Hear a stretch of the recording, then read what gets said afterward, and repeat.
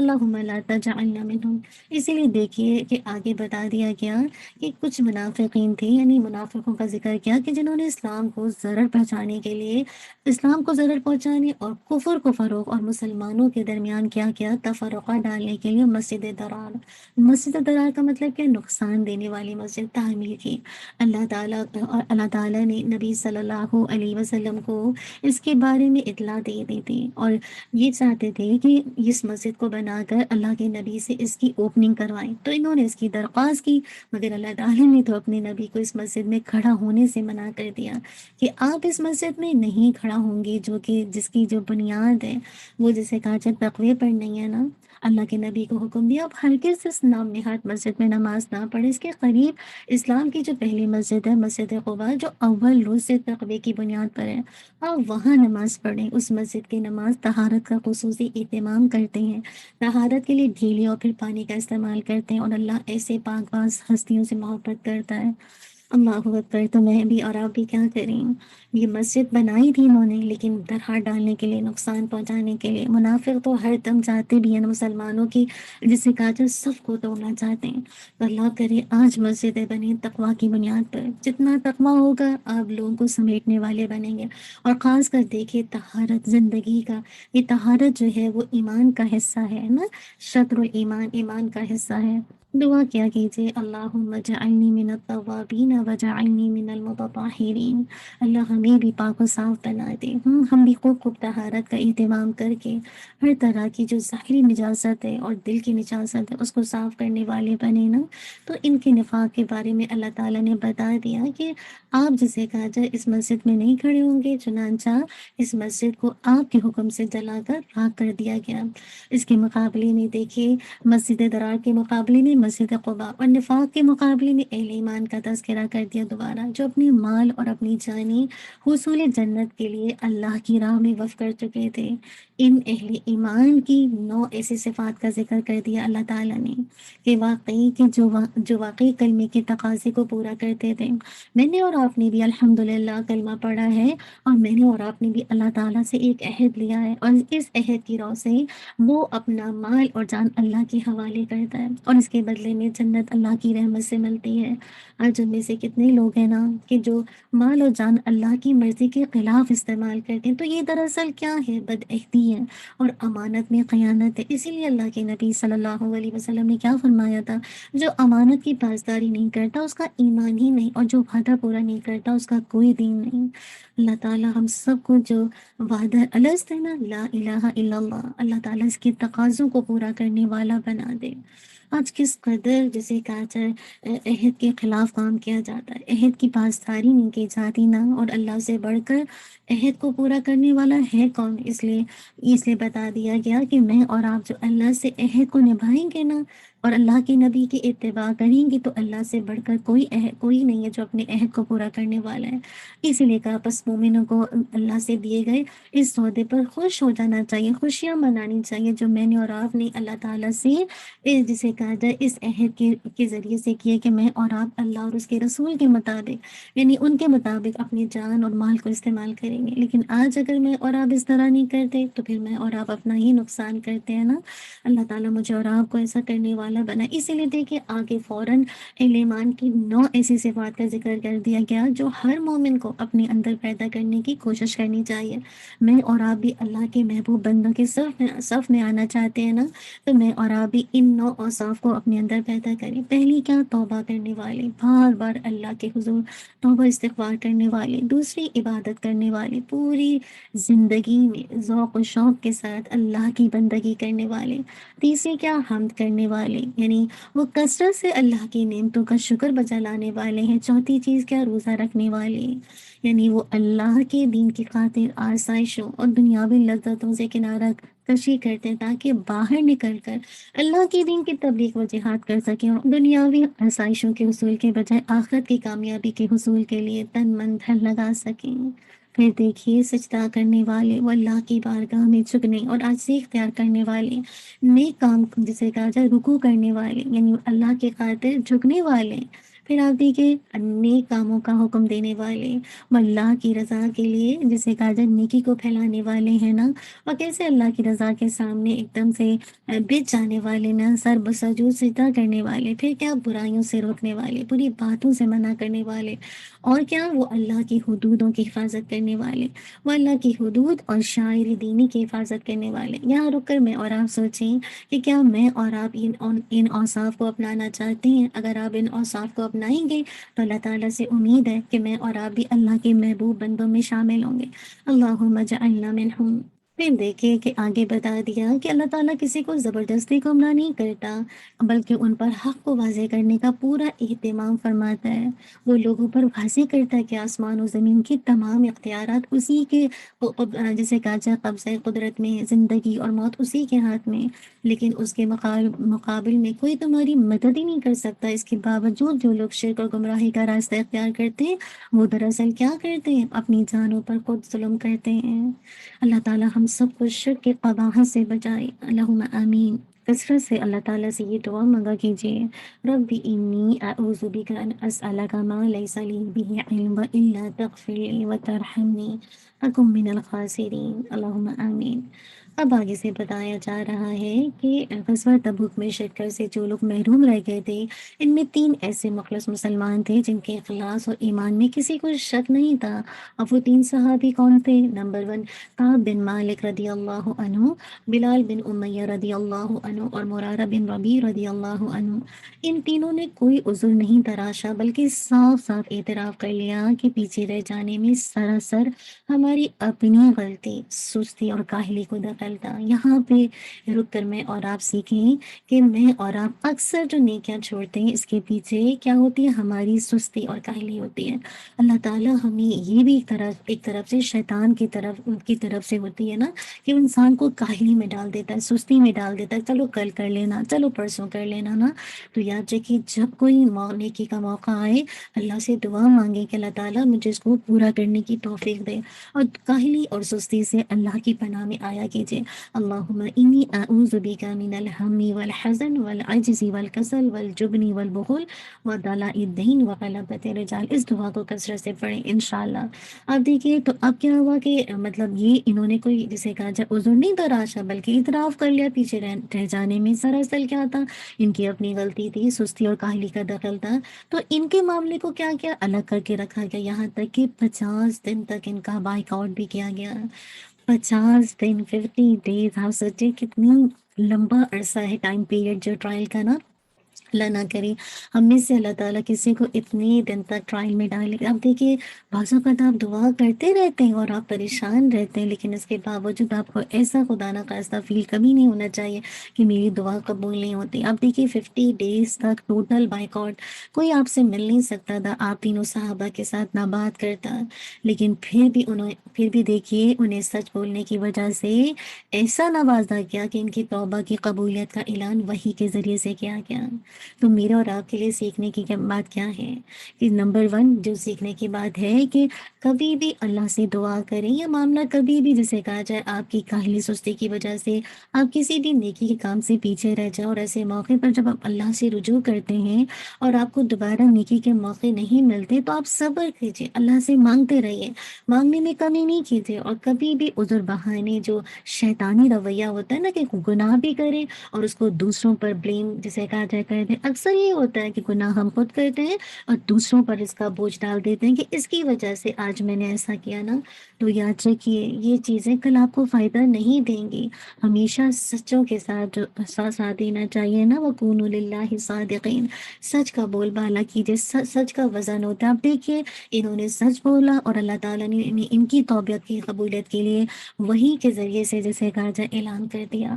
میں اور آپ بھی جب سچ بولیں گے، انشاءاللہ سچ کو اپنی زندگی کا حصہ بنائیں گے، تو دیکھیں اسی طرح سے رہتی دنیا تک جب تک لوگ اس جسے کہا جائے کلام کو پڑھیں گے تو ان کا ذکر ہوتا رہے گا۔ یہ ہے جسے کہا جائے سچ کو فالو کرنے والوں کا طریقہ۔ تو کبھی بھی اللہ نہ کرے میرے اور آپ کے سیکھنے کی بات ہے کہ توبہ میں دیر نہ کریں، اور اگر آپ کو لگتا ہے کہ آپ کو دوبارہ نیکی کا چانس نہیں ملنا، اگین اللہ تعالیٰ سے معافی مانگتے جائیں، انشاءاللہ امید ہے کہ اللہ تعالیٰ آپ کی توبہ قبول کرے گا، اور ہمیشہ آپ کیا کریں، سچ سچوں کے ساتھ ہو جائے، وَقُولُوا لِلَّهِ صَادِقِينَ، سچوں کا ساتھ دیں، سچ بولیں، آپس میں رشتوں میں بھی، گھر میں بھی جیسے کہا جائے اللہ کے ساتھ بھی سچ، جو اپنے عہد کیا اس میں بھی سچے رہیے۔ اب دیکھیے یہ اعلان ان کے لیے اتنی بڑی بشارت تھی کہ اس کے بارے میں خود اللہ کے نبی نے کعب بن مالک رضی اللہ عنہ سے خطاب کرتے ہوئے فرمایا کہ جب سے تمہیں تمہاری والدہ نے جنا ہے، آج سے زیادہ بہتر مبارک دن تم پر نہیں آیا۔ اللہ اکبر! آپ دیکھیے 50 روز تک ان تین اہل ایمان کے ساتھ بائیکاٹ مکمل، ان کے لیے کتنا مشکل ہو گیا تھا، جینا دوبھر ہو گیا تھا، اور زمین باوجود وسعت کے ان پر تنگ ہو گئی تھی، اور انہیں اس بات کا مگر یقین تھا کہ پناہ اگر کہیں ہے تو صرف اور صرف اللہ کی بارگاہ میں، لا ملجا ولا منجا منکا الا الیک۔ تو اللہ تعالیٰ نے کیسے ان پر نظر کی نا، اور ان کی کوتاہی سے درگزر کیا اور ان کو بشارت دے دی۔ بس اللہ کرے میں اور آپ نیکی میں سستی کاہلی نہ کریں، اور جو اللہ تعالیٰ کے نے مجھے اور آپ کو توفیق دی ہے، اپنے انوائرمنٹ کو دیکھیے، اپنے ماحول کو دیکھیے، اپنی صلاحیت کو دیکھیے، اپنے اسکلز کو دیکھیے، اور دیکھیے کہ آپ نیکی کر سکتے ہیں تو بس آپ میدان میں کود جائیں، اور اگر نہیں کر سکتے تو اللہ تعالیٰ آپ کا عذر جانتا ہے نا۔ اللہ سبحانہ و تعالیٰ ہم سب کو سچے معنوں میں جسے کہا جائے نیکی کرنے والا بنا دے۔ اب دیکھیے کہ ان کی توبہ کا ذکر کے بعد اگلی آیات میں بتا دیا، اہل ایمان کو حکم دیا گیا کہ وہ اللہ کا تقوی اختیار کریں، یعنی اس کی نافرمانی سے بچیں، اور اس کے لیے ضروری ہے کہ سچے ایک اور نیک لوگوں کی رفاقت حاصل کریں۔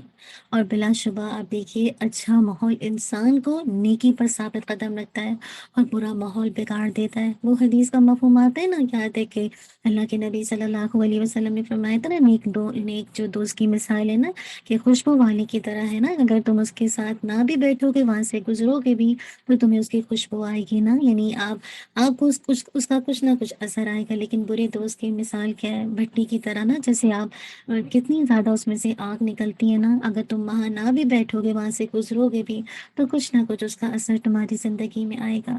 اللہ تعالیٰ ہمیں نیک دوست عطا کر دے، اللہم یسر لی جلیسا صالحا۔ اسی لیے آگے بتا دیا کہ اہل ایمان کو 4 اہم باتوں کی تاکید بھی کی گئی ہے، اور وہ 4 باتیں کون سی ہیں میں اور آپ بھی غور سے سوچیں۔ پہلی یہ کہ وہ خفیہ اور اعلانیہ تقوی کو لازم پکڑیں، اللہم آت نفسی تقواہا وزکیہا انت خیر من زکاہا انت ولیہا و مولاہا۔ دوسری یہ کہ وہ اہل نفاق سے دور رہتے ہوئے صرف سچوں کی صحبت اختیار کریں۔ تیسری یہ کہ وہ رزق کی تنگی اور کشادگی میں اللہ کے رسول کو اپنے اوپر ترجیح دیں۔ اور چوتھی حقیقت میں یہ ہے کہ اللہ کی طرف سے وعدہ ہے کہ ہر قسم کی عبادات اور اطاعت کا اللہ کی طرف سے اجر مل کر رہے گا، اور یہ کہ اللہ کے دین کے لیے جس قدر مشقت اٹھائی گئی اتنی ہی انسان کو اجر و ثواب اللہ تعالیٰ عطا کرے گا۔ تو یہ 4 جیسے کہا جائے اہل ایمان کو ان باتوں کی تاکید کی گئی ہے، میں اور آپ ان باتوں کی روشنی میں اپنا جائزہ لے لیں۔ اسی لیے پھر آگے بتا دیا کہ جہاد کی فضیلت اور اہمیت کے باوجود حکم دیا گیا کہ سارے ہی مسلمانوں کو جہاد میں نہیں چلے جانا چاہیے، بلکہ کچھ لوگوں کو نبی صلی اللہ علیہ وسلم کی خدمت میں موجود رہنا چاہیے۔ کیوں؟ تاکہ وہ آپ سے دین کی سمجھ حاصل کریں، یعنی سب کو دین کا علم اور فہم حاصل کرنے کے لیے جسے کہا جائے مطلب سب لوگ نہیں نکل جائیں، بلکہ ہر قبیلے سے کچھ نہ کچھ لوگ ایسے ہوں جو خود کو دین کا علم و فہم حاصل کرنے کے لیے وقف کریں، پھر وہ اپنے اپنے قبیلے میں جا کر لوگوں کی رہنمائی کریں تاکہ لوگ اپنے معاملات میں اللہ کے احکامات کے مطابق عمل کر سکیں۔ اب دیکھیے اسلام کو اپنی دعوت کی ابتدا میں جیسے دشمنوں کی طاقت توڑنے کے لیے جہاد کی ضرورت تھی، یوں ہی ان بنیادوں کی بھی ضرورت تھی جن پر اسلامی مملکت کی عمارت کھڑی کی جا سکے، اور اس مقصد کے لیے دیکھیے شرعی احکام کے نزول کا سلسلہ مستقل جاری تھا، اور اللہ کے نبی صلی اللہ علیہ وسلم ایسے افراد کی تیاری میں مصروف تھے جو مستقبل کے مدرس تھے، مربی تھے، معلم تھے، قاضی تھے، حاکم تھے، عامل تھے، منتظم بن سکے۔ اسی لیے حکم دیا گیا مسلمانوں کی کہ متعدد تعداد کو مدینے میں رہنا چاہیے تاکہ وہ دین کی سمجھ حاصل کریں۔ اور ویسے بھی آپ دیکھیے کہ علم دین حاصل کرنا بہت بڑا عمل ہے۔ اللہ کے نبی صلی اللہ علیہ وسلم نے فرمایا کہ اللہ تعالیٰ جس کے ساتھ بھلائی کا ارادہ کرتا ہے اسے دین کی سمجھ عطا فرماتا ہے۔ اللہم فقہنا فی الدین۔ پھر یہ بھی ارشاد فرمایا کہ ایک فقیہ شیطان پر 1000 عابد سے زیادہ بھاری ثابت ہوتا ہے۔ تو جہاد کے لیے اہم اصول یہ بتایا گیا کہ الاقرب فالاقرب کے ضابطے کے تحت جہاد کیا جائے، یعنی قریب کے کفار سے جہاد کرتے ہوئے اس کا دائرہ وسیع تر کیا جائے۔ آپ دیکھیے کہ میں اور آپ کتنے خوش نصیب ہیں نا کہ میں اور آپ علم سیکھنے سکھانے بیٹھے ہیں نا، تو یہ اللہ تعالیٰ کی طرف سے میرے اور آپ کے اوپر کتنی بڑی بھلائی ہے نا۔ تو الحمدللہ جتنا اللہ تعالیٰ کا شکر ادا کریں اس نعمت پر، آپ دیکھیں گا کہ اللہ تعالیٰ آپ کی نعمتوں کو اور بڑھا دے گا۔ پھر آگے دیکھیے قرآن کی تاثیر کیسے مومنوں پر اور کیسے جسے کہا جائے منافقوں پر ہے نا۔ آپ دیکھیے منافقین جسے کہا جائے قرآنی آیات جب کی تلاوت کی جاتی ہے تو آپ دیکھتے ہیں کہ مومنوں کو ایمان میں بڑھا دیتی ہے نا، اور جبکہ منافقین کا کیا طرز عمل ہوتا ہے کہ ان کی خباثت میں اضافہ ہوتا ہے، ان کے دلوں کی منافقت اور بڑھ جاتی ہے نا۔ یعنی ان منافقوں کو قرآن مجید سے کچھ بھی فائدہ حاصل نہیں ہوتا، بلکہ فکر و عمل کے اعتبار سے ان کی نجاست ہی میں اضافہ ہوتا ہے۔ اب دیکھیے کہ اس کی وجہ کیا ہے کہ منافقین کے اندر بزدلی ہے نا، اور دنیا کی محبت کی وجہ سے یہ اس قرآن مجید سے فائدہ نہیں لیتے، بار بار ان کو ذلت کا سامنا کرنا پڑتا ہے۔ جب بھی اللہ کی راہ میں مال و جان کا تقاضا لگانے کا مطالبہ آتا ہے تو منافقین بزدلی کی وجہ سے جھوٹے بہانے کرتے ہیں اور مطالبات دینی پر عمل سے گریز کے لیے چھپ کر جسے کہا جائے نکلنے کی کوشش کرتے ہیں نا۔ تو اللہ تعالیٰ کیسے ان کی حرکات کو بے نقاب کر رہے ہیں کہ یہ سب کے سب شرمندہ اور رسوا ذلیل ہونے والے ہیں۔ تو جو بھی شخص جس کے اندر بھی بزدلی ہوتی ہے نا اور دنیا کی محبت ہوتی ہے، وہ قرآن سے کبھی فائدہ حاصل نہیں کر سکتا، اور یہ قرآن اس کی نجاست میں مزید اضافے کا باعث بنتا ہے۔ اللہ تعالیٰ مجھے اور آپ کو اس قرآن سے مکمل فائدہ لینے والا بنا دے، اللہم آمین۔ اب آخر میں بتا دیا سورت کے کہ تمہارے پاس تم میں سے ایک رسول آئے جس پر تمہارا مشقت میں پڑنا بہت شاق گزرتا ہے، تمہاری بھلائی کے بارے میں بہت حرص رکھنے والا، ایمان والوں پر بہت کیا ہے رؤوف و رحیم، بہت شفقت کرنے والا، نہایت مہربان ہے۔ تو یہاں پہ جو بات پتہ چلتی ہے کہ اللہ تعالیٰ کا کتنا بڑا احسان ہے نا کہ اللہ تعالیٰ نے اپنے نبی کو بھیجا، اللہ تعالیٰ نے مسلمانوں کو اپنا احسانی عظیم یاد دلایا کہ اس نے اپنے فضل و کرم سے خود انہی میں سے ان کی زبان میں اپنا رسول بھیجا، اور تم اس کی زندگی بھر کے حالات سے، اس کی عادات سے، اس کے خصائل سے خوب واقف ہو، اور اس کی دیانت، اس کی امانت، صداقت کی تم شاہد ہو، جو تمہارے لیے باعث فخر اور رحمت ہے۔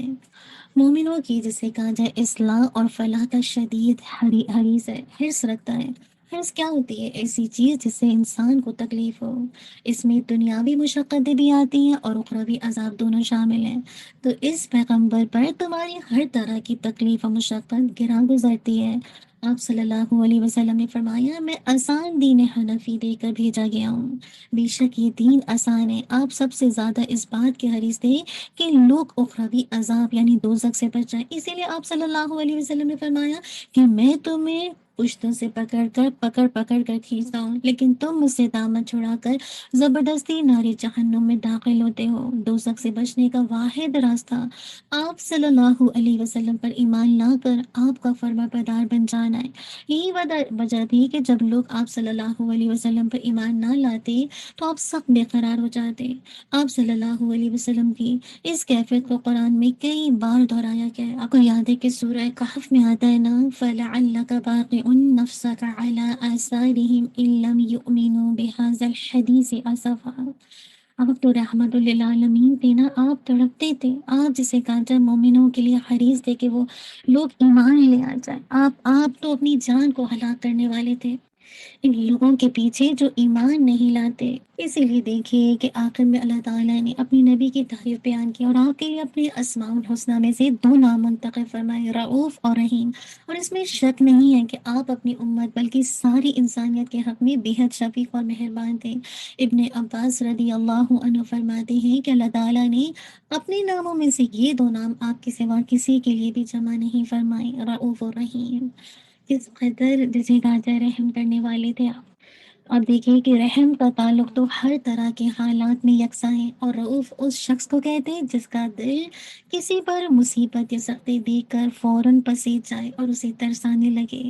اللہ کرے میں اور آپ بھی لوگوں پر جسے کہا جائے شفقت کرنے والے بن جائیں، مہربانی کرنے والے بن جائیں۔ اسی لیے آخر میں بتا دیا پھر اگر وہ منہ موڑیں تو آپ فرما دیں مجھے اللہ ہی کافی ہے، اس کے سوا کوئی معبود نہیں، میں نے اسی پر بھروسہ کیا، اور وہ کیا ہے؟ وہ رب جسے کہا جائے عرش عظیم کا رب ہے۔ فَقُلْ حَسْبِيَ اللَّهُ لَا إِلَٰهَ إِلَّا هُوَ عَلَيْهِ تَوَكَّلْتُ وَهُوَ رَبُّ الْعَرْشِ الْعَظِيمِ۔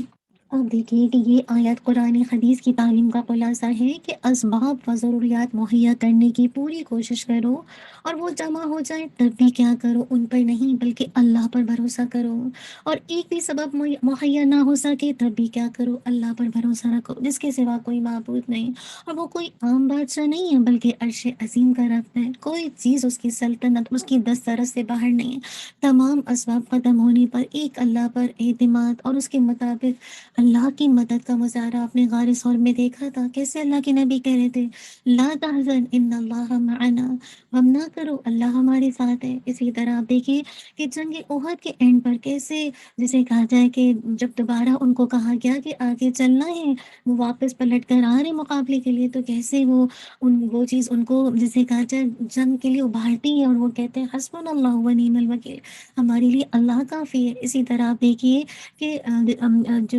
ابراہیم علیہ السلام کو جب آگ میں پھینکا جا رہا تھا تو آپ کیا کہہ پڑھ رہے تھے، حسبنا اللہ و نعم الوکیل، اور کیسے بلا اسباب آگ کو گلزار بنا کر اللہ کی مدد کی، کیسی صورت نظر آئی نا۔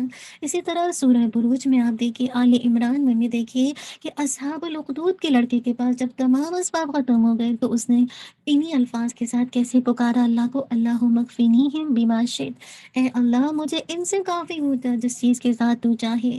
تو کیا ہوا، اس کے ساتھ ہی دعا کی تو پہاڑ سے گرانے والے خود گر کر مر گئے، اور سمندر میں ڈبونے والے خود ڈوب گئے، مگر اس کا کچھ بھی نہ بگڑا۔ تو یہ ہے کیسے اللہ کی مدد نہ، آج بھی اگر کوئی یقین کے ساتھ اللہ پر اعتماد کرنے والا یہ دعائیں پڑھے تو اللہ کی مدد ضرور آتی ہے۔ ٹھیک ہے، وقت لگتا ہے لیکن آپ دیکھیے اللہ کی مدد ضرور آتی ہے۔ اسی لیے دیکھیے ابو دردہ رضی اللہ عنہ فرماتے ہیں جو شخص یہ دعا حسبی اللہ لا الہ الا ہوا علیہ توکلت وہو رب العرش العظیم صبح و شام 7 دفعہ پڑھے، اللہ تعالیٰ اسے تمام فکروں سے کافی ہو جاتا ہے۔ اللہ سبحانہ و تعالیٰ ہماری تمام فکروں سے کافی ہو جائے۔ خوب کثرت سے اس دعا کو پڑھا کیجیے، جس اللہ تعالیٰ ہم سب کے لیے آسانی کر دے۔ چلیے انشاءاللہ مومن ہو جاتے ہیں سورہ یونس کی طرف۔ بسم اللہ الرحمن الرحیم۔ سورہ یونس مکی ہے، اس میں 119 آیات ہیں، 119 آیات اور 11 رکوع ہیں۔ اس صورت میں ایمان کے بنیادی ارکان اور عقائد اور بالخصوص قرآن کریم سے بحث کی گئی ہے۔ سورت کی ابتدا کتاب اللہ اور اللہ کے نبی کے ذکر سے ہوتی ہے۔ بتایا گیا کہ خاتم المرسلین صلی اللہ علیہ وسلم کی نبوت و رسالت سے کسی کو تعجب نہیں ہونا چاہیے۔ کیوں؟ کیونکہ آپ کی بوسط کی کوئی نئی بات نہیں ہے، بلکہ ہر امت میں کوئی نہ کوئی رسول آتا رہے، اور اس کے بعد ربوبیت، الوہیت، عبودیت کی حقیقت اور خالق و مخلوق کے درمیان تعلق کی بنیاد بیان کی گئی، اور بتایا گیا کہ جو رب اور خالق ہے وہی معبود بننے کے لائق ہے۔ کائنات کا یہ سارا نظام اس کی ربوبیت اور قدرت پر گواہ ہے۔ اس نظام اور دلائل قدرت میں غور و فکر کے بعد کیا کیا، انسان دو گروہوں میں تقسیم ہو جاتے ہیں، تکذیب کرنے والے اور تصدیق کرنے والے۔ تکذیب کرنے والوں کا انجام آگ ہے، اور تصدیق کرنے والوں کا انجام ہمیشہ کی دائمی باغات ہے۔ اللہ تعالیٰ ہم سب کو جسے کہا جائے اس دائمی، جسے کہا جائے باغات کی نعمتیں دیں، ان باغات میں وہ اللہ کی تسبیح وہ ہم کریں گے، اور باہم ایک دوسرے کو سلامتی کی دعا دیں گے۔ آج بھی ہم کہتے ہیں نا السلام علیکم ورحمۃ اللہ وبرکاتہ، تو سلامتی کی دعا سے ابتدا کرتے ہیں مومن جب ایک دوسرے سے ملتا ہے، گریٹنگس یہی ہے نا۔ تو کل بھی جسے کہا جائے وہ خوب خوب اللہ کی تسبیح کے ساتھ ہم بھی کریں گے، سبحان اللہ و بحمدہ عدد خلقہ و رضا نفسہ و زینت عرشہ و مداد کلماتہ۔ پھر آگے بتایا جا رہا ہے کہ تقسیم کی ایک بڑی وجہ یہ بھی ہے کہ انسان کی فطرت میں عجلت ہے، عجلت بازی، جلد بازی، یہاں تک کہ یہ بعض اوقات اپنے لیے اور اپنی اولاد کے لیے بھی عذاب اور ہلاکت کی دعائیں مانگتا ہے۔ اللہ نہ کرے یہ جو انسان کی کمزوری ہے کہ جلد بازی، چاہتا ہے کہ فوری طور پر خیر حاصل کر لے۔ اگر اللہ اتنی ہی جلدی شر کا فیصلہ کر دے تو اس کا معاملہ تو ختم ہو جاتا، لیکن اللہ تعالیٰ مہلت دیتا ہے کہ شاید اصلاح کی طرف مائل ہو۔ لیکن انسان کا حال یہ ہے کہ وہ طغیانی ہی پر لگا رہتا ہے۔ آپ دیکھیے کہ انسان کا رویہ کیا ہے کہ جب تکلیف پہنچتی ہے تو گڑ گڑا کر اللہ سے رحم کی التجا کرتا ہے، اور جب اللہ تکلیف دور کر دیتا ہے تو اللہ تعالیٰ سے بالکل ایسے غافل جیسے اللہ کو جانتا ہی نہیں ہے نا۔ تو بتا دیا گیا کہ جس حقیقت کا ایک دفعہ انکار کر دے پھر اسے مارنے پر انسان تیار نہیں ہوتا، اور اسی انکار کی وجہ سے پھر وہ ہلاکت کا شکار ہو جاتا ہے۔ اسی لیے مسلمانوں کو نصیحت کی گئی کہ وہ ان کمزوریوں پر قابو پائیں۔ اب وہ زمین میں ایک اختیار کے ساتھ بھیجے گئے، یہ ان کا امتحان ہے کہ وہ اس دنیا میں کیا کرتے ہیں۔ تصدیق کر کے اللہ کی نعمت کے جسے کہتے ہیں مستحق ہوتے ہیں، یا نعوذ باللہ جلد بازی کر کر اللہ کی نعمتوں سے محرومی اختیار کرتے ہیں۔ اللہ نہ کرے ہم میں سے کسی کے اندر یہ عجلت بازی ہو، یہ انسان کو کہیں کا نہیں رکھتے نا، یہ انسان کو بے صبرا اتنا بنا دیتی ہے کہ انسان آپے سے باہر ہو کر اپنے جذبات کو غلط استعمال کر کے اپنی اولاد کے لیے عذاب اور ہلاکت کی دعائیں مانگتا ہے۔ اللہ نہ کرے ہم میں سے کوئی اس کیٹیگری کے اندر آئے۔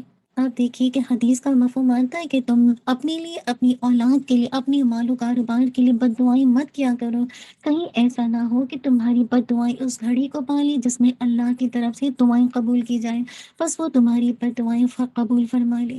اللہ ہمیں یہ جلد بازی سے بچا لے، یہ عجلت سے بچا لے، اور اس کی وجہ سے بعض اوقات ہم جس وقت غصے میں ہوتے ہیں اور ہمیں احساس بھی نہیں ہوتا کہ ہمارے منہ سے کیا نکل رہا ہے نا۔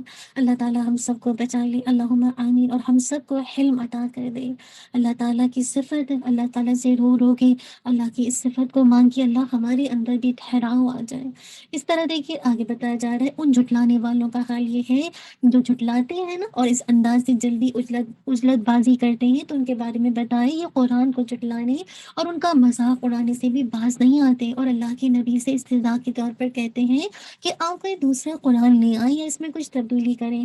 آپ نے جواب دیا کہ مجھے ان میں سے کسی بات کا اختیار نہیں، میں وہی کی اتباع کا پابند ہوں۔ کیا تم سمجھتے ہو کہ میں نے معاذ اللہ یہ کلام خود بنا کر اللہ کی طرف منسوخ کر دیا ہے؟ میں تمہاری اندر زندگی کے 40 سال گزار چکا ہوں، تم نے مجھے کبھی جھوٹ بولتے ہوئے سنا ہے یا کسی استاد سے علم حاصل کرتے ہوئے دیکھا ہے؟ اگر نہیں سنا اور نہیں دیکھا تو پھر یہ کیسے ہو سکتا ہے کہ میں اچانک جھوٹ بولنا شروع کر دوں یا ایسا معجزانہ کلام تمہارے سامنے پیش کر دوں؟ کیا یہ ہو سکتا ہے میں انسانوں پر تو جھوٹ نہ بولوں اور اللہ پر جھوٹ بولنے کی جرات کر لوں؟ آپ کی سیرت کی صفائی اور زبان کی طاقت کا یہی وہ پہلو تھا جس کا دشمن بھی اعتراف کرنے پر مجبور تھے کہ آپ ہمیشہ سچ بولتے تھے۔ آپ کو یاد ہے ابو سفیان سے زمانے کفر میں جب روم کے بادشاہ ہرقل نے سوال کیا تھا کہ کیا دعوت نبوت سے پہلے تم نے کبھی محمد صلی اللہ علیہ وسلم کو جھوٹ بولتے ہوئے سنا؟ تو کافر اور مشرک ہونے کے باوجود ابو سفیان بھی اس سوال کا جواب نفی میں دینے پر مجبور ہو گیا تھا، اور ہرقل نے اس کا جواب سن کر کہا تھا یہ کیسے ہو سکتا ہے کہ وہ لوگوں کے ساتھ تو جھوٹ نہ بولے اور اللہ پر جھوٹ بولنا شروع کر دے۔ امام راضی رحمہ اللہ فرماتے ہیں کہ مشرکین نے بچپن سے نزول قرآن کے زمانے تک آپ کی زندگی کا مشاہدہ کیا تھا، وہ جانتی تھے کہ آپ نے نہ کسی کتاب کا مطالعہ کیا، نہ کسی استاد کی شاگردی اختیار کی۔ پھر 40 سال گزر گئے تو آپ اچانک ایک عظیم کتاب ان کے پاس لے کر آ گئے جو علم اصول کے نوادر، علم احکام کی باریکیوں، علم اخلاق کے لطائف اور پہلو کے واقعات کے اسرار پر مشتمل تھی، جس کی فصاحت، جس کی بلاغت کا مقابلہ کرنے سے بڑے بڑے ادیب اور شاعر عاجز تھے۔ ہر وہ شخص جسے اللہ تعالیٰ نے فطرت سلیم پر رکھا ہے، جسے عقل سلیم عطا کی، وہ جانتا ہے کہ یہ سب کچھ وہی کے بغیر نہیں ہو سکتا۔ یہ ہو ہی نہیں سکتا کہ یہ جسے کہا جائے وہی کے بغیر ممکن ہی نہیں، یہ اللہ کا کلام ہے۔ اسی لیے اگلی آیات میں مشرکین کے بت پرستی اور توحید کے دلائل جسے کہا جائے ذکر ہے، اور یہ بتایا کہ سختی اور مصیبت کے وقت بڑے سے بڑے مشرک بھی جھوٹے معبودوں کو بھول کر سچے معبود کو پکارنے پر مجبور ہو جاتے ہیں۔ آپ دیکھیے ویسے تو جھوٹے ہیں، لیکن آپ دیکھیے جب کوئی مشکل آتی ہے تو صرف اللہ کو پکارتا ہے، لیکن مشکل ٹل جانے کے بعد اللہ کو بھول کر شرک اور نافرمانی کرنے لگتا ہے۔ انسان کے پاس دنیا کی زندگی مختصر سی مہلت ہے، اس میں جس قدر سرکشی کرنا چاہے کر لے، آخر تو یہ اللہ کے پاس حاضر ہوگا۔ اللہ اس کی احسان فراموشی اور سرکشی کو بے نقاب کر کے اس کو رسوا کرے گا۔ اللہ تعالیٰ مجھے اور آپ کو بچا لے۔ اسی لیے پھر دیکھیے پھر آگے بتایا جا رہا ہے کہ تلقین کے انداز میں کہ اللہ کے نبی صلی اللہ علیہ وسلم سے کہا گیا آپ ان سے سوال کریں کہ تمہیں آسمان و زمین میں سے رزق کون دیتا ہے، یا تمہارے کانوں اور آنکھوں کا مالک کون ہے، اور بے جان سے جاندار کو اور جاندار سے بے جان کو کون پیدا کرتا ہے؟ تو آپ پوچھئے کیا تم اللہ سے ڈرتے نہیں؟ کس قدر پروک آیت ہے نا، کہ سوالیہ انداز کہ تمہیں اللہ سے نہیں ڈر لگتا، کس انداز سے سوچنے پر مجبور کر دینے والے سوالات ہیں نا، سرچنگ کوشچن ہے۔ کہ تم سوچو تو صحیح، کون ہے جو آسمان و زمین سے انسان کے لیے رزق پیدا کرتا ہے؟ کون ہے سماعت و بصارت کے اختیار جس کے اختیار میں ہے؟ کون ہے مردہ کو زندہ، زندہ کو مردہ کر سکتا ہے؟ کائنات کے تمام معاملات کی تدبیر کون کرتا ہے؟ کون ہے جس نے ہر مخلوق کو پہلی بار پیدا کیا اور وہ دوبارہ بھی ایسا کر سکتا ہے؟ کون ہے جو حق کے راستے کی طرف رہنمائی کرتا ہے اور اس کے لیے شریعت عطا کرتا ہے؟ سوالات کے بعد جواب دیا گیا، تمام امور اور صرف اللہ ہی انجام دے سکتا ہے۔ تو شرک کرنے والے کسی حقیقت کی نہیں بلکہ اپنے گمان کی پیروی کرتے ہیں، اور گمان جو ہے وہ حق کا نیم البدل نہیں ہو سکتا، وہ تو کچھ بھی کام نہیں آتا۔ اللہ سبحانہ وتعالیٰ مجھے اور آپ کو حق کی اتباع کرنے والا بنائے۔ اسی لیے دیکھیے قرآن کی صداقت کے حوالے سے آگے پھر چیلنج کر دیا گیا کہ یہ انسانی کلام ہے، تو تم بھی اس جیسی کوئی صورت بنا کر دکھا دو، اور اس مقصد کے لیے عرب اور عجم میں سے جسے چاہے بلا لو۔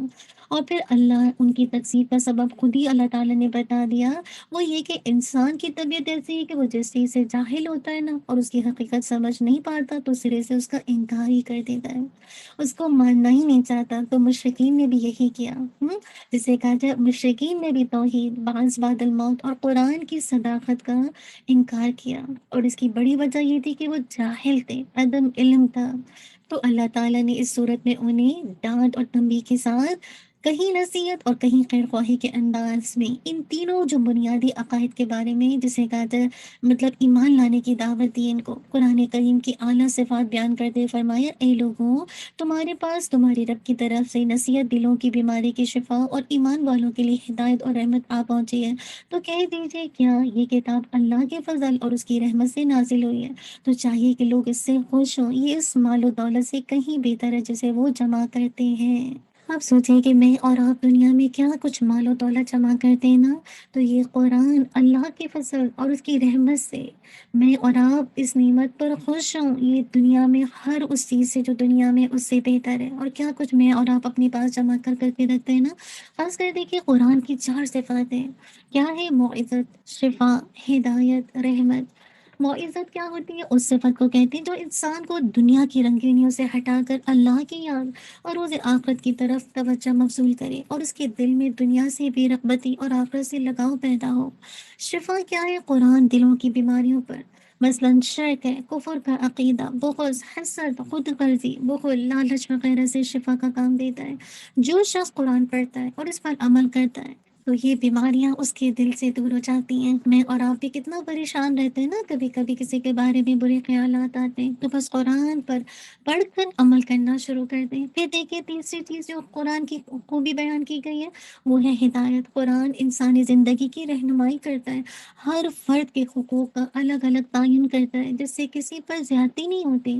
اور چوتھی چیز رحمت، جو شخص قرآن پر عمل پیرا ہوتا ہے اس پر اس دنیا میں بھی رحمتوں کا نزول ہوتا ہے اور آخرت میں بھی ہوگا۔ عمر رضی اللہ عنہ کہتے ہیں کہ اللہ کے نبی صلی اللہ علیہ وسلم نے فرمایا، اللہ تعالیٰ اس کتاب کے ذریعے سے بہت سے لوگوں کو سربلندی عطا کرے گا اور بہت سے لوگوں کو ذلیل کرے گا۔ اللہ تعالیٰ ہمیں اس کتاب کے ذریعے سے سر بلندی عطا کر دے، اللہم آمین۔ اسی طرح سیدنا زید بن ارقم رضی اللہ عنہ کہتے ہیں کہ آپ صلی اللہ علیہ وسلم نے فرمایا، اللہ کی کتاب میں ہدایت ہے، روشنی ہے، جس نے اسے مضبوطی سے پکڑے رکھا وہ ہدایت پر قائم ہو گیا، اور جس نے اس سے غفلت برتی وہ گمراہ ہو گیا۔ تو میں اور آپ اس کتاب کی نعمت پر پانے پر خوش ہوں۔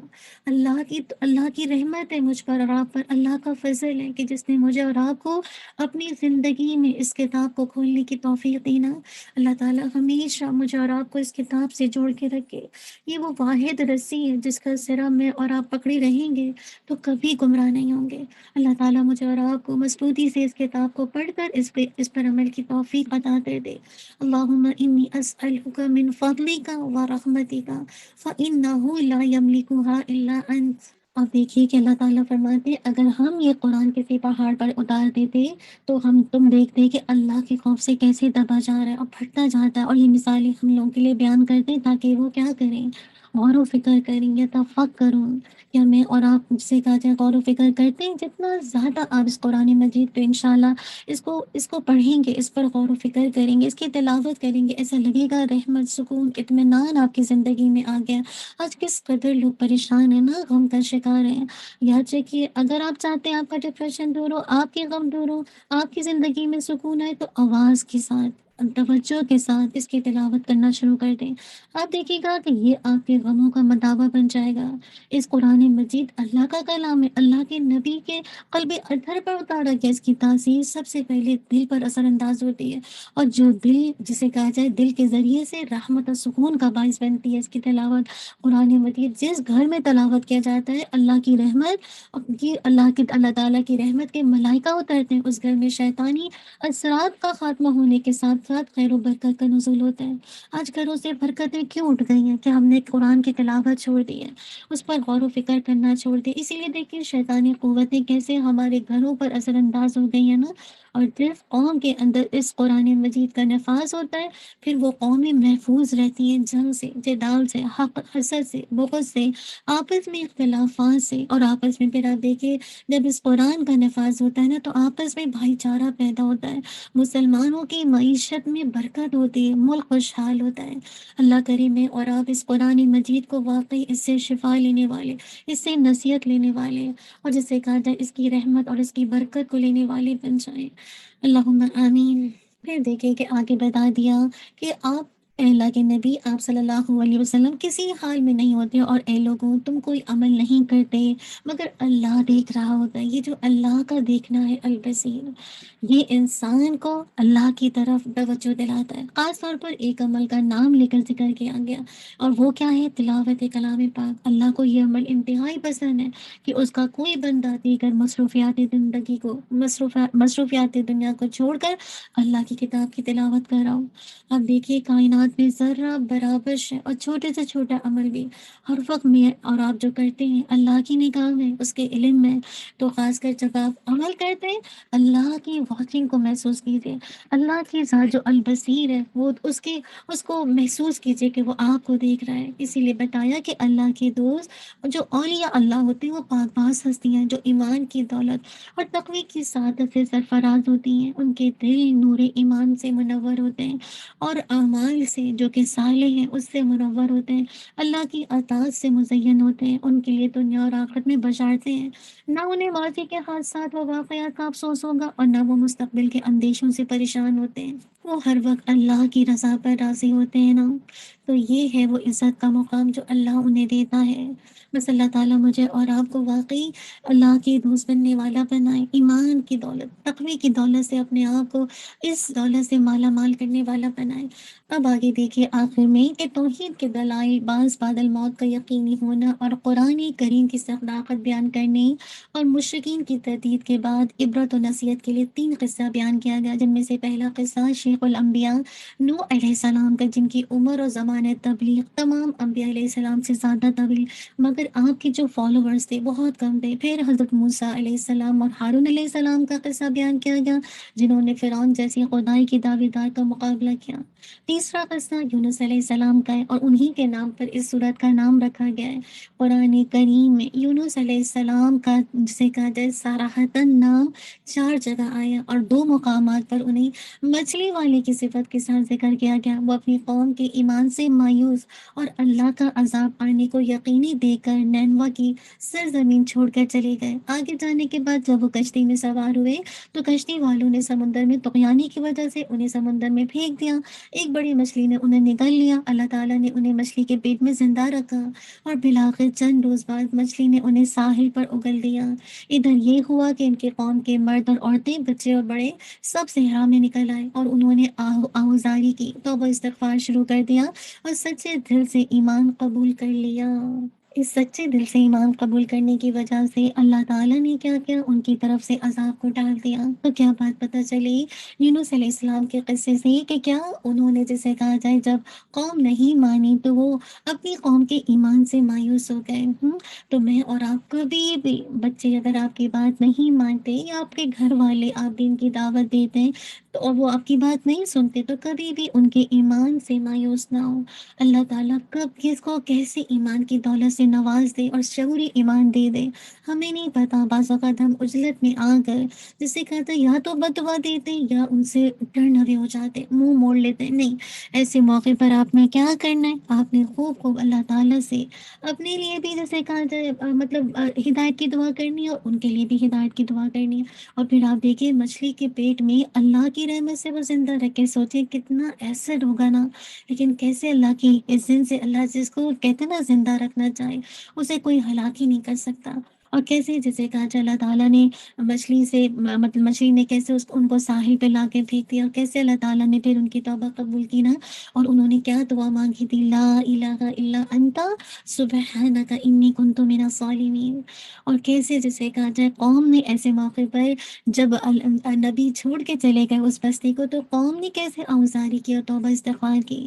تو جب تک کوئی بھی یعنی اللہ کا یہ طریقہ ہے کہ جب تک اس قوم کے لوگ توبہ استغفار کرتے ہیں اللہ عذاب نہیں بھیجتا۔ تو میں اور آپ اگر اپنے طور پر بھی یعنی انڈیویجول بیسس پہ بھی اور اجتماعی سطح پر بھی کوشش کریں، کثرت سے توبہ استغفار کریں، انشاءاللہ آپ دیکھیے گا کہ اس کی وجہ سے اللہ تعالی ہم سب کو عذاب سے محفوظ رکھیں گے۔ جب تک انبیاء اس بستی میں ہوتے ہیں تو عذاب نہیں آتا، اور جب تک اس قوم کے لوگ توبہ استغفار کرتے ہیں تو عذاب نہیں آتا۔ تو اللہ تعالیٰ سے خوب خوب رات کی گھڑیوں میں خوب خوب استغفار کیجیے، رب اغفر لی ولی والدی وللمؤمنین یوم یقوم الحساب، رب اغفر وارحم وانت خیر الراحمین۔ جتنے بھی استغفار آپ جو پڑھ سکتے ہیں، اللہم اغفر لی ذنبی ویسر لی امری وبارک لی فی رزقی، کثرت سے پڑھیں انشاءاللہ۔ رمضان کی گھڑیاں بھی ہیں، خوب اللہ تعالیٰ سے انشاءاللہ توبہ استغفار کیجیے۔ آپ دیکھیے کہ اگر آپ کی انڈیویجول سطح پر کوئی پرابلم ہے، کوئی پریشانی ہے، اس کا بھی حل اسی میں ہے۔ اور اسی طرح اگر بین الاقوامی سطح پر، گلوبل سطح پر اگر اس طرح کی کوئی آفت ہے، ناگہانی کوئی چیز ہے، تو اس موقع پر بھی استغفار انشاءاللہ آپ کو ہم سب کو ہیلپ کرے گا۔ اب دیکھیے کہ یہ 3 قصے ذکر کرنے کے بعد اگین مشرکین کو تنبیہ کی گئی کہ اگر وہ کفر و شرک سے باز نہ آئے تو قیامت سے پہلے ہی ان پر عذاب آ سکتا ہے۔ اللہ کے نبی صلی اللہ علیہ وسلم اور مومنین کو بشارت سنائی گئی کہ اللہ کی مدد قریب ہے، اور یہ ہماری سنت ہے کہ ہم بالآخر اہل ایمان کو نجات دیتے ہیں۔ اب یہ دیکھیں کہ جیسے سورہ یونس میں آپ اگر دیکھیں تو شروع میں قرآن حکیم کے ذکر سے شروع ہوئی تھی، اسی طرح اس کی انتہا بھی اس سچی کتاب کے اتباع اور پیروی کے حکم پر ہو رہی ہے۔ اور وہ کیا، اللہ تعالیٰ کا ارشاد ہوتا ہے، فرما دیجئے اے انسانوں، تمہارے پاس تمہارے پروردگار کی جانب سے حق یعنی قرآن آ چکا ہے، تو جو کوئی ہدایت حاصل کرتا ہے تو اس ہدایت کا فائدہ اسی کو ہوگا، اور جو گمراہی اختیار کرتا ہے تو اس گمراہی کا وبال بھی اسی پر پڑے گا، اور میں تم پر وکیل نہیں ہوں۔ اور اے پیغمبر، آپ اسی کی اتباع کیجیے جو کلام آپ کی طرف وحی کیا جاتا ہے، اور کیا کیجیے اور صبر کیجیے یہاں تک کہ اللہ فیصلہ کر دے، اور وہ سب سے بہتر فیصلہ کرنے والا ہے۔ کیا بات پتہ چلی کہ اگر میں اور آپ ہدایت چاہتے ہیں نا تو کیا کام کریں؟ نمبر 1 شرک سے مکمل اجتناب، نمبر 2 خالصتاً اللہ کی ذات پر بھروسہ کرنا سیکھیں، اور نمبر 3 ادھر ادھر دیکھے بغیر اللہ تعالیٰ کی جو نازل کردہ شریعت ہے اس پر پوری یکسوئی کے ساتھ گامزن ہو جائیں۔ تو اس کا فائدہ دنیا میں کیا ہوگا کہ زندگی کے ہر شعبے میں آپ کو مکمل طور پر رہنمائی حاصل ہو جائے گی۔ نمبر 2 جو بیرونی نظریات اور فلسفی ہیں نا، پھر آپ کو ان کی ضرورت نہیں رہے گی۔ اور نمبر 3 زندگی ذمہ دارانہ اور پرسکون طور پر گزرے گی۔ اور پھر نمبر 4 آخرت میں ہمیشہ کی فلاح مل جائے گی۔ اللہ سبحانہ و تعالیٰ مجھے اور آپ کو واقعی اس ہدایت کو تھام کر اور اس کی اتباع کی توفیق دے دے، اور گمراہی سے بچنے والا بنا دے۔ میں اور آپ کیا کریں، اسی حق کی پیروی کریں نا، یہ حق ہم تک پہنچ چکا ہے۔ جو حق کی پیروی کرے گا اس کا فائدہ اسے پہنچے گا، اور جس نے توحید کا عقیدہ چھوڑ دیا اس کا وبال اسی پر پڑے گا۔ اور اللہ تعالیٰ کہہ رہی ہے اپنے نبی سے، یعنی مجھے تو تم پر وکیل بنا کر نہیں بھیجا گیا، اور وکیل کا معنی کیا ہوتا ہے؟ دوسرے کے کام کا ذمہ دار ہونا۔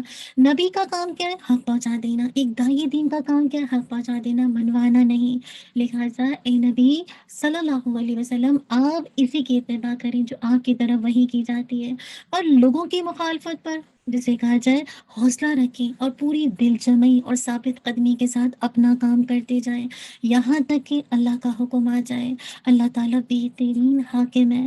اللہ کے حکم سے مراد ظالموں پر اللہ کا عذاب اور حق والوں کی کامیابی ہے۔ اللہ تعالیٰ ہم سب کو واقعی حق پر دل جمعی کے ساتھ ثابت قدم رہنے والا بنا دے۔ انس رضی اللہ عنہ بیان کرتے ہیں کہ میں نے رسول اللہ صلی اللہ علیہ وسلم کو فرماتے ہوئے سنا کہ جس کو اللہ تعالیٰ اس کی دو محبوب چیزوں کے ساتھ آزماتا ہے، کیا آنکھیں ہے نا، اور وہ اس پر صبر کرتا ہے، اللہ اس کے عوض اسے جنت عطا فرمائیں گے۔ تو میں اور آپ کیا کریں؟ اللہ کی طرف سے حق آ گیا ہے، میں اور آپ اس راستے کو اپنا لیں تو فائدہ کس کا ہوگا؟ اس کا فائدہ مجھے اور آپ کو ہی ہوگا نا۔ اور اللہ کے نبی کسی کی ہدایت کے ذمہ دار نہیں ہے، ہم میں سے کوئی کسی کو ہدایت نہیں دے سکتا۔ ہم میں سے ہر کوئی جو ہدایت پانا چاہتا ہے وہ کیا کرے؟ وہ وحی کی اتباع کرے، وہ شریعت کے احکام پر جسے کہا جائے عمل کرنا شروع کر دے، اور ایسے موقع پر جب دین کے راستے میں مشکلات آئیں تو پھر صبر سے کام لینا شروع کر دے، اور اللہ کے فیصلے کا جسے کہا جائے انتظار کرے۔ اور کیا کریں؟ وَاتَّبِعْ مَا يُوحَىٰ إِلَيْكَ وَاصْبِرْ حَتَّىٰ يَحْكُمَ اللَّهُ وَهُوَ خَيْرُ الْحَاكِمِينَ۔ اور آپ کی پیروی کرتے رہیے جو کچھ آپ کے پاس وہی بھیجی جاتی ہیں، اور صبر کیجیے یہاں تک کہ اللہ اپنا فیصلہ کر دے، اور وہ سب فیصلہ کرنے والوں میں سے بہترین فیصلہ کرنے والا ہے۔ میں اور آپ کیا کریں؟ اس وحی کو مضبوطی سے پکڑ لیں، اس میں جس کام کو کرنے کا کہا جا رہا ہے اس کو کریں، اس کو عمل میں لائیں، جس سے رکنے کے لیے کہا جا رہا ہے اس سے رک جائیں، اور کسی چیز میں کوتاہی نہ کریں۔ اور وحی کی اطاعت و اتباع میں جو تکلیفیں آ رہی ہیں، مخالفین کی طرف سے جو اذیتیں پہنچ رہی ہیں، تبلیغ دین کی دعوت میں جو دشواریاں آ رہی ہیں، اس پر صبر و استقامت سے مقابلہ کریں، اور اللہ سب سے بہتر فیصلہ کرنے والا ہے۔ کیوں؟ کیونکہ اس کا علم بھی کامل ہے، اور اس کی قدرت و طاقت بھی وسیع ہے، اور اس کی رحمت بھی عام ہے، اس لیے اس سے زیادہ بہتر فیصلہ کرنے والا کون ہو سکتا ہے؟ آپ دیکھیں کہ یہ صورت مکی زندگی کے آخری دور میں نازل ہوئی تھی نا، جس وقت مسلمانوں پر کفار نے شدید مظالم ڈھائے تھے، اسی لیے اللہ تعالیٰ کیسے اپنے نبی سے کہہ رہے نا کہ آپ صبر کریں اور وحی کی اتباع کریں، اور ساتھ ہی اچھے دنوں کی آمد کے لیے کیا انتظار کریں، اللہ سب سے بہتر فیصلہ کر دے گا۔ اللہ سبحانہ و تعالیٰ ہم سب کو بھی اس جو بھی راستے میں مشکلات آتی ہیں اس پر جیسے کہا جائے استقامت کا پہاڑ بنا دیں۔ ربنا افرغ علینا صبرا وتوفنا مسلمین، ربنا تقبل منا انك انت السميع العليم وتب علينا انك انت التواب الرحيم، سبحانك اللهم وبحمدك اشهد ان لا اله الا انت استغفرك واتوب اليك، سبحان ربك رب العزة عما يصفون والسلام على المرسلين والحمد لله رب العالمين۔ جزاک اللہ خیر، بارک اللہ فیک۔ السلام علیکم ورحمۃ اللہ وبرکاتہ۔ چلیے انشاءاللہ موو آن ہو جائیں گے اپنی آج کی آیت تدبر، اس پر انشاءاللہ آج آپ نے پورا دن غور و فکر کرنا ہے، اور اللہ تعالیٰ سے دعا مانگنی ہے کہ اللہ تعالیٰ یہ ساری کوالٹی ہمارے اندر آ جائے اور ہمیں بھی ایسے ہی بنا دے۔ کون سی آیت ہے؟ سورہ التوبہ آیت 112، التائبون العابدون الحامدون السائحون الراکعون الساجدون الآمرون بالمعروف والناهون عن المنکر والحافظون لحدود اللہ وبشر المؤمنین۔ بہت ہی خوبصورت آیات ہے نا۔ کیا ہے وہ؟ توبہ کرنے والے، عبادت کرنے والے، اللہ تعالیٰ کی حمد کرنے والے، روزہ رکھنے والے، رکوع کرنے والے، سجدہ کرنے والے، بھلائی کا حکم دینے والے، برائی سے روکنے والے، اور اللہ تعالیٰ کی حدود کی حفاظت کرنے والے، اور مومنوں کو خوشخبری دے دیں۔ تو یہ ہے وہ مومنوں کی صفات جو مجھے اور آپ کو اپنے اندر لانی ہے۔ ایک ایک کر کے جسے کہا جائے کوالٹیز کو چیک کریں اور دیکھیں کہ کیا یہ کوالٹیز میرے اندر ہیں، کیا میں توبہ کرتی ہوں، کیا میں عبادت صحیح معنوں میں اللہ کی کرتی ہوں، کیا میں واقعی اللہ تعالیٰ کی حمد بیان کرتی ہوں، کیا واقعی میں روزہ رکھتی ہوں، صحیح معنوں میں جو روزے سے جو تقویٰ مطلوب ہے وہ میری زندگی میں آتا ہے، رکوع کرتی ہوں، سجدہ واقعی سجدہ کرنے والوں کے ساتھ سجدہ بھی کرتی ہوں، بھلائی کا حکم دیتی ہوں، برائی سے روکتی ہوں، اور اللہ کی جو حدود ہیں یعنی جو اللہ کی حرام کردہ حدود ہیں ان کو تو پامال نہیں کرتی، اللہ کی شریعت کو فالو کرتی ہوں کہ نہیں؟ اگر ہے تو پھر انشاءاللہ بہت خوشخبری، اور اگر نہیں تو اللہ تعالیٰ سے آج ہی انشاءاللہ رمضان کی گھڑیوں میں توبہ استغفار کرنا شروع کر دیں، اور اللہ تعالیٰ سے مانگیں کہ یہ ساری کوالٹی کہ اللہ سبحانہ و تعالیٰ ہم سب کے اندر انڈلج کر دے، آمین۔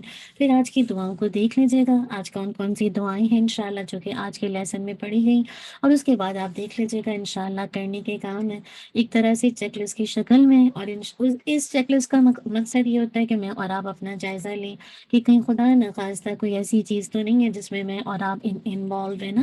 تو اللہ سبحانہ و تعالیٰ مجھے اور آپ کو بہترین اعمال کی بہترین مہینے میں توفیق عطا کر دے۔ ربنا تقبل منا انک انت السمیع العلیم وتب علینا انک انت التواب الرحیم۔ سبحانک اللہم وبحمدک اشہد ان لا الہ الا انت استغفرک واتوب الیک۔ سبحان ربک رب العزت عما یصفون والسلام علی المرسلین والحمد للہ رب العالمین۔ جزاک اللہ خیرا کثیرا، بارک اللہ فیک۔ السلام علیکم ورحمۃ اللہ وبرکاتہ۔